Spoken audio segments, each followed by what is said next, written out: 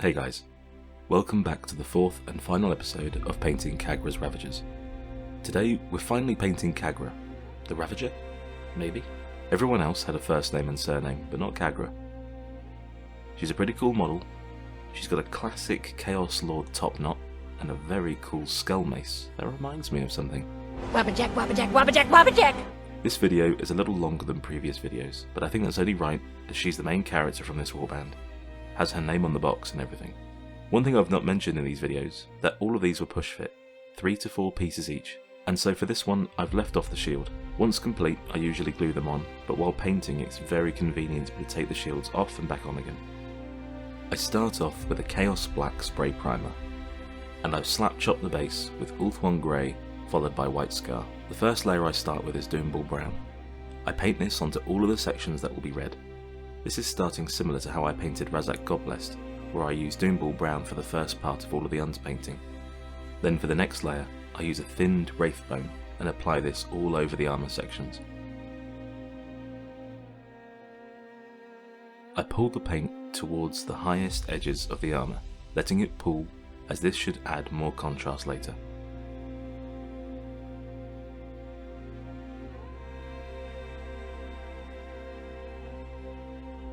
Then once that layer is dry, I add another, but more concentrated where I apply it, sticking to the raised edges and the highlight areas.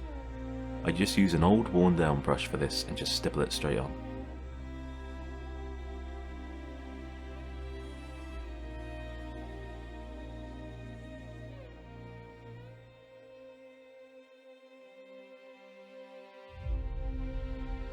Then I apply Reikland Fleshtone to tone down these recesses.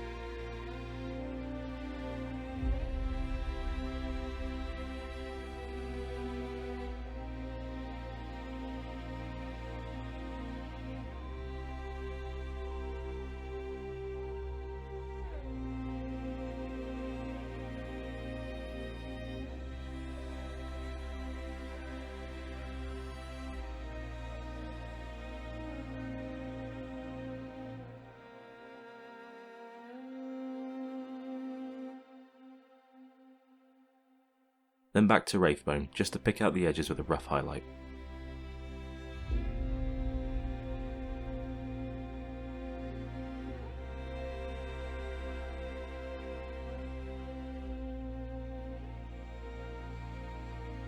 The next paint I use is Slaughter Red from the Army Painter Speed Paint Range 2.0. I have never used any of these paints before, but I won them in a painting competition recently and really wanted to give them a go. I apply this all over the armour.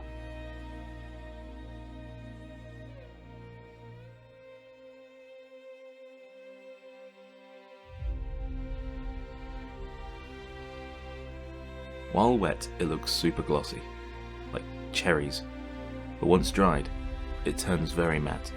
I personally really like the look. The only red contrast I have is Blood Angel's red, and I think it's done a better job, but I've not used Flesh Tearer's red yet, so I'd be interested to compare these two.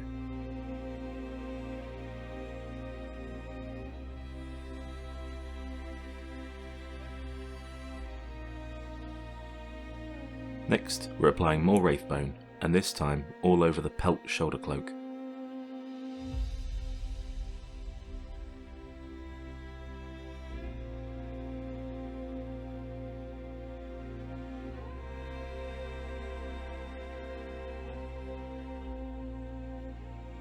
Then whilst that's drying, I apply Skrag Brown to all of the leather, starting with her boots, then moving to the belt and the scrap of leather that's attached to the scabbard.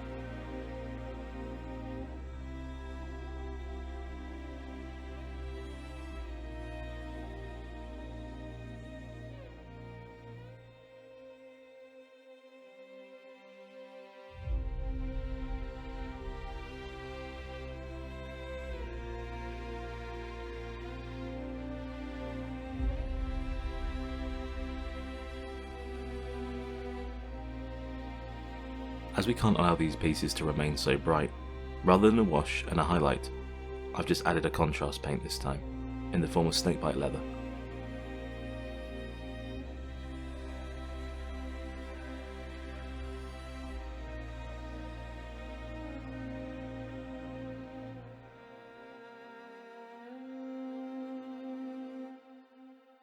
Back to the fur cloak.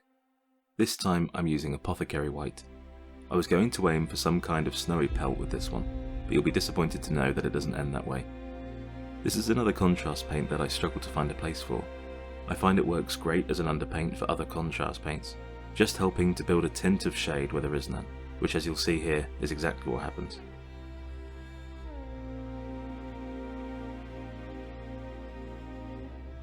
Once again, allowing time for the paint to dry, I move on to another area. This time, the black cloak. Starting with Corvus Black, I apply this to 80% of the cloak, leaving only the recesses in the primed black colour.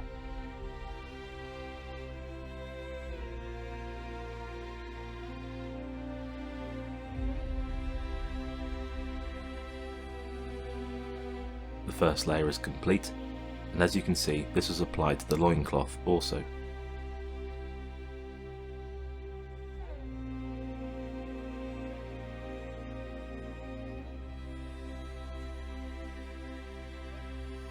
The next layer is Dark Reaper. I apply this in the same way, but more as a highlight, over around 20% of the cloak, sticking to the upper and lower edges and leaving the folds untouched.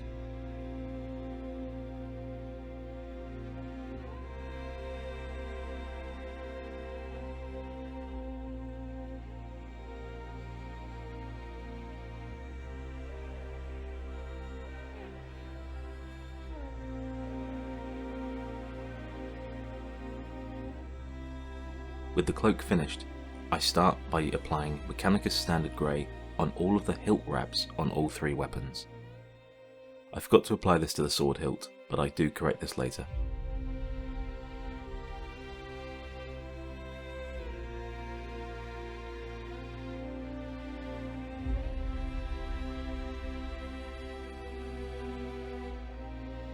Here I tried using another one of the Army Painter speed paints, Peachy Flesh.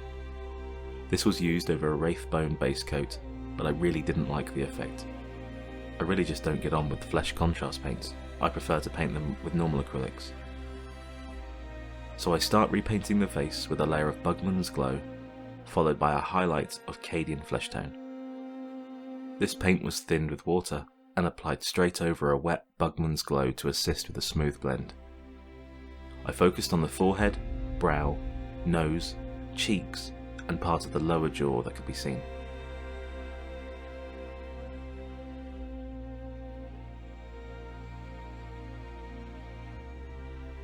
For the next highlight, I mix a little Wraithbone into the Cadian Fleshtone. For some reason her face is really shiny in this shot, but I apply the highlights in the same places as before, just in smaller, thinner amounts.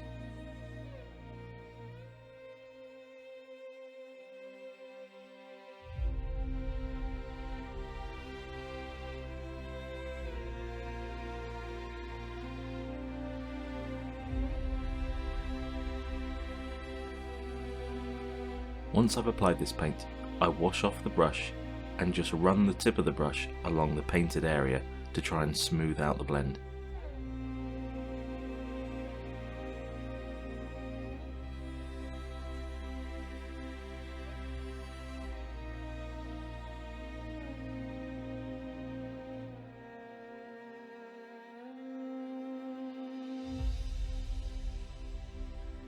And now you can see the finished result of the skin. There's a lot of highlight and wipe, but I think it really pays off.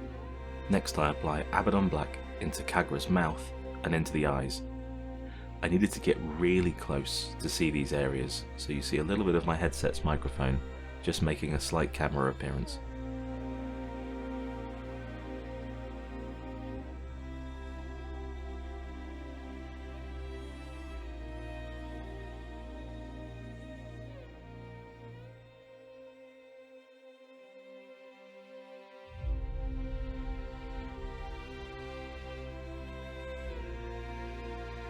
And now for the risky move of adding a white line through the eye to make the eyeball. And once again, I have to get so close so my blind ass can see that I end up bumping into the camera.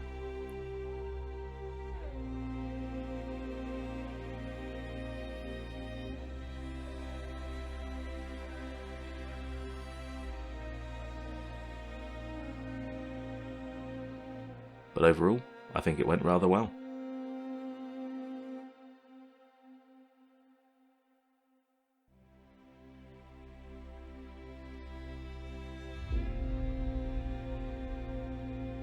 White supplied.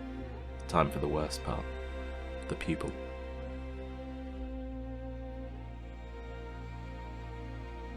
Perfect placement. The other doesn't look so great, but you can't see that one anyway. Now it's time to add the gold trim. I use Retributor armor and apply this over every piece of trim.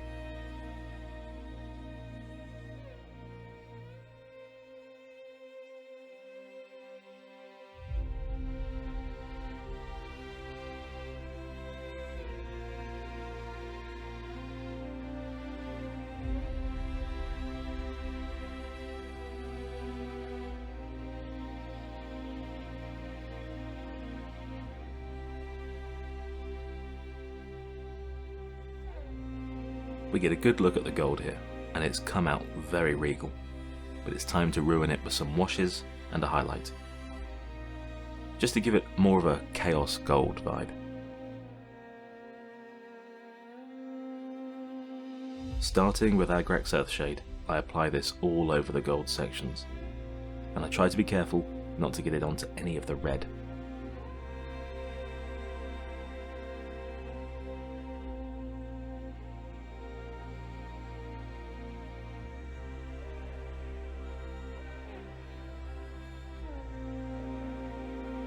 Once the wash is dried, I use a small dry brush and I take some Liberator Gold, wipe it onto some kitchen paper, and then brush this all over the edges and raised sections of the gold.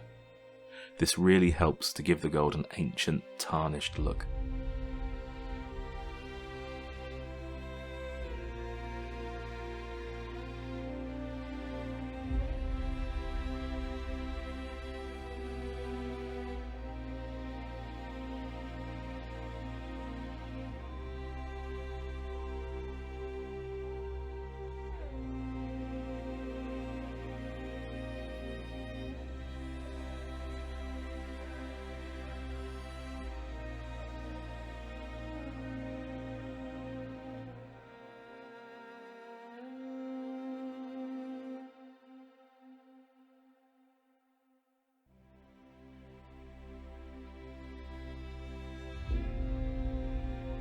I work my way back to the fur cloak.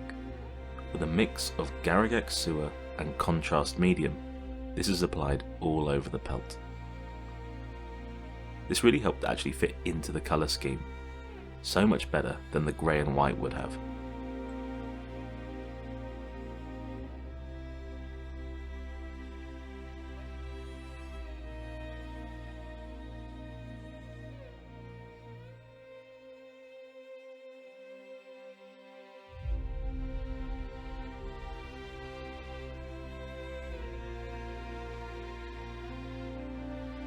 Next, I dry brush some Runefang Steel onto all the small pieces of chainmail.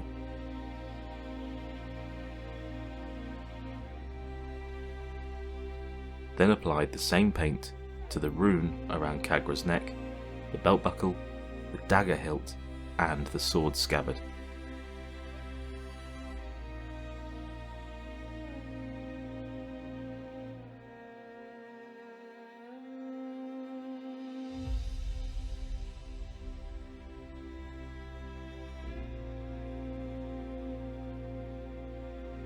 Then I also apply Runefang Steel to the mace, leaving some of the upper shaft black.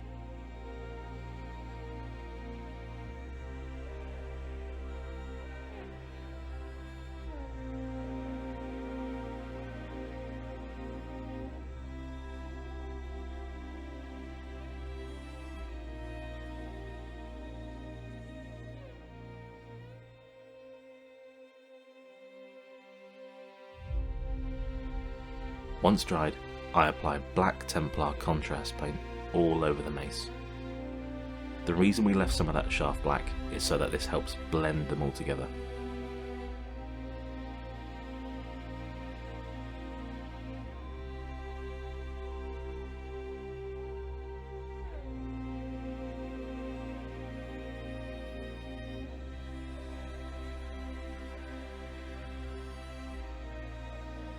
Then, to finish off the mace, I dry brush it with Stormhost Silver all over.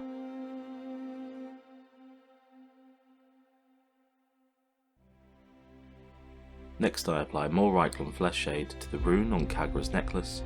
It's a minute detail, but it adds some definition. I've gone back and finished several parts.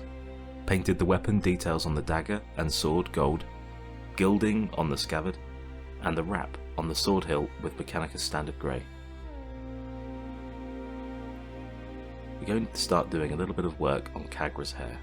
We're going to start with a little top knot headband in Mechanicus standard grey.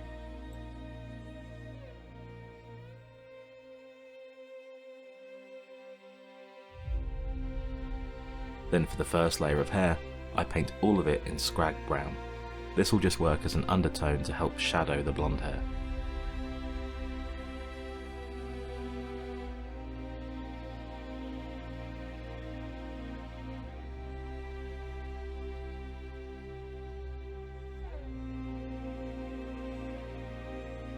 And while that dries, I apply Nuln Oil to all of the hilt wraps that were painted in grey.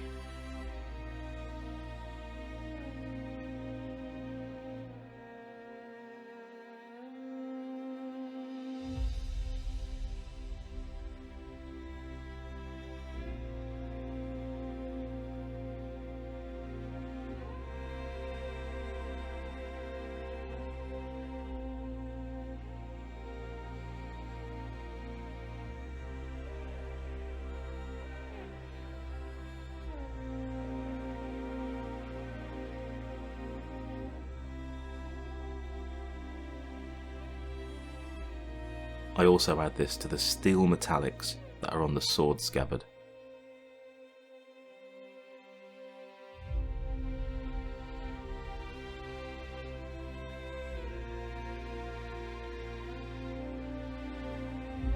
I then add some final details to Kagra's face, just to build up a little bit of shadow where it's needed.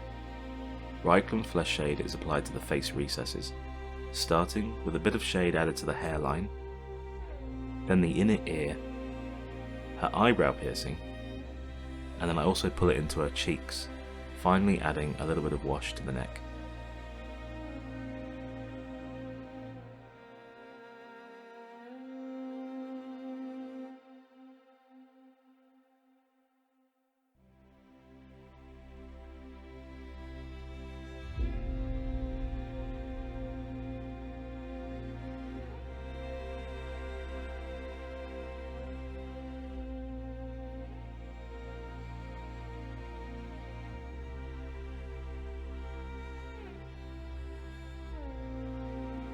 More Reikland Fleshshade was added to the gold sections of the weapons to add some more definition.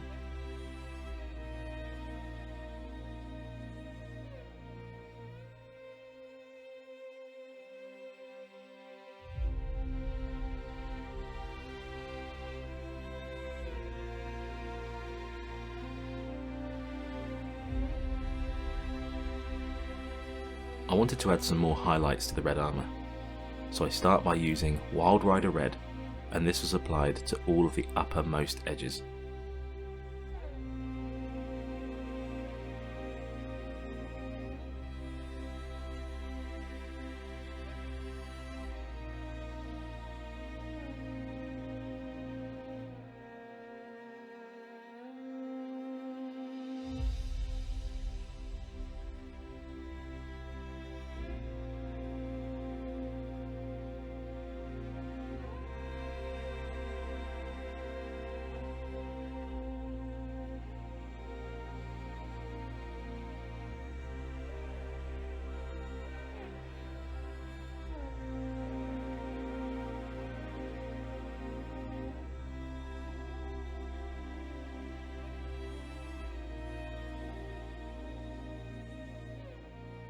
The red on the shield seems to have dulled, so I try to brighten it back up by using a watery Wraithbone mix, and I apply this all over that red shield section.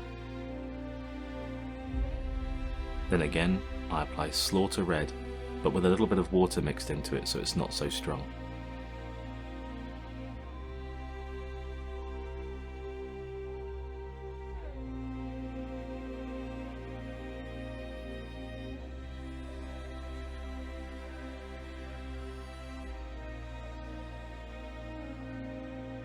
Finally, we're going back to finish the hair. I use a mix of Skrag Brown and Averland Sunset, and I highlight all of the upper layers of the hair.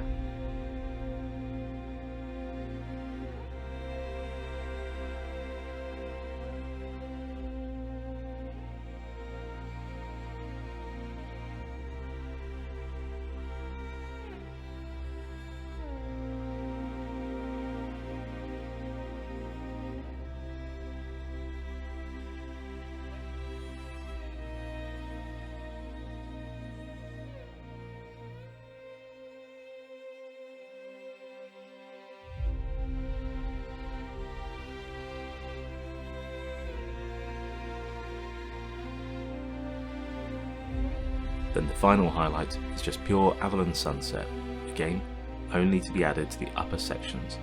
I keep this focus towards the tips and the highest sections of the hair.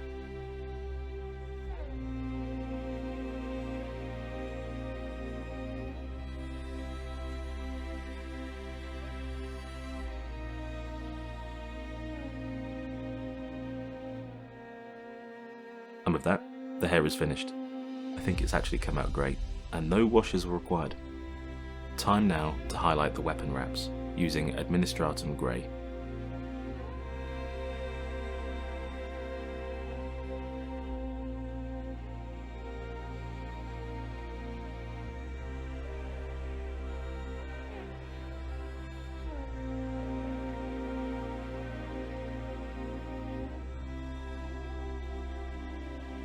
This has created quite a stark highlight, but I think it works quite well. Moving on to the base, same rules as before. I want to keep these in line with the other members of Kagra's Ravagers. So Aggaros Dunes contrast paint was applied to all of the ground set. I used Wraithbone to reinforce the marks of chaos that are on the base, as it will help the next colour pop even more.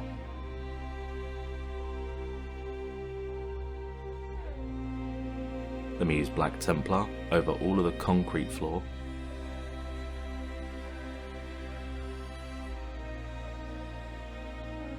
And Doomfire Magenta over the chaos markings.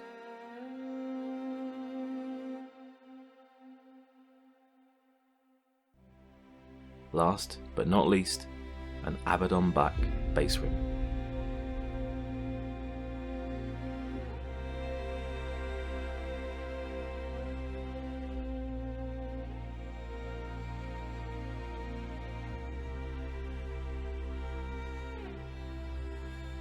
Well, that's all 4 of the models finished. I hope you enjoyed them. Let me know what you liked and didn't like. All 4 of these videos were filmed over the same week, and it's taken me a long time to edit them, but I'm pretty happy with the results, and the models were great fun to paint. Not sure I'll do it this way again. Towards the end there, I had to re-watch these clips back quite a few times to figure out what paints I'd actually bloody used.